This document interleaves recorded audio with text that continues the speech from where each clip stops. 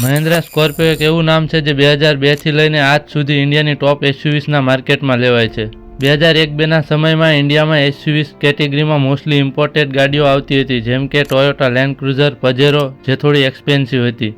એટલે મહિન્દ્રાએ એક affordable Indian SUV બનાવવાનું વિચાર્યું, જે રફ રોડ્સ, વિલેજીસ અને સિટીઝમાં બધા માટે ફિટ હોય. પછી મહિન્દ્રાએ 2002માં પહેલીવાર સ્કોર્પિયોને લોન્ચ કરી અને કરતાની સાથે જ માર્કેટમાં સ્કોર્પિયો ફેમસ થઈ ગઈ. પછી 2006માં સ્કોર્પિયોની પહેલી ફેસલિફ્ટ આવી, જેમાં એક્સટિરિયરમાં થોડા માઇનર ચેન્જીસ અને ઇન્ટિરિયર અપગ્રેડ કર્યું.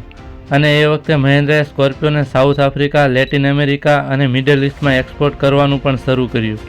2009માં એમનું famous 2.2 litre mHawk diesel engine launch કર્યું, જે પાવરફુલ અને બેટર હાઈવે પરફોર્મન્સ આપતું હતું. એની સાથે ABS અને એરબેગ જેવા મોડર્ન સેફ્ટી ફીચર્સ પણ એડ થયા. પછી 2014માં સ્કોર્પિયોની ફેસલિફ્ટ આવી, જેની અંદર aggressive front grill, projector headlamps, નવા ટેલ લેમ્પ્સ અને કેચીસમાં ઇમ્પ્રુવમેન્ટ થયું, સાથે સસ્પેન્શન પણ સ્મૂથ બનાવી.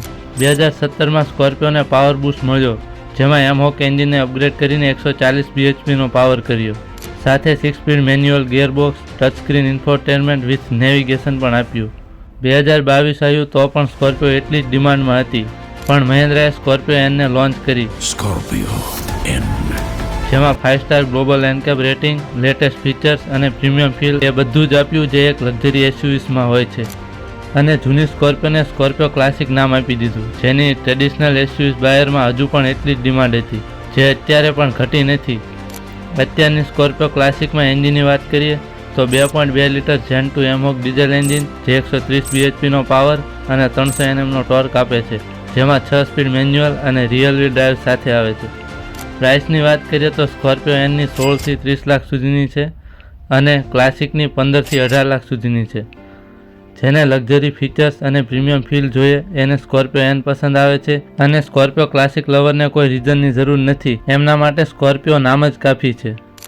આ હતી લેજેન્ડરી સ્કોર્પિયો ગાડીની હિસ્ટ્રી. હું મળીશ આવા બીજા વિડીયોમાં.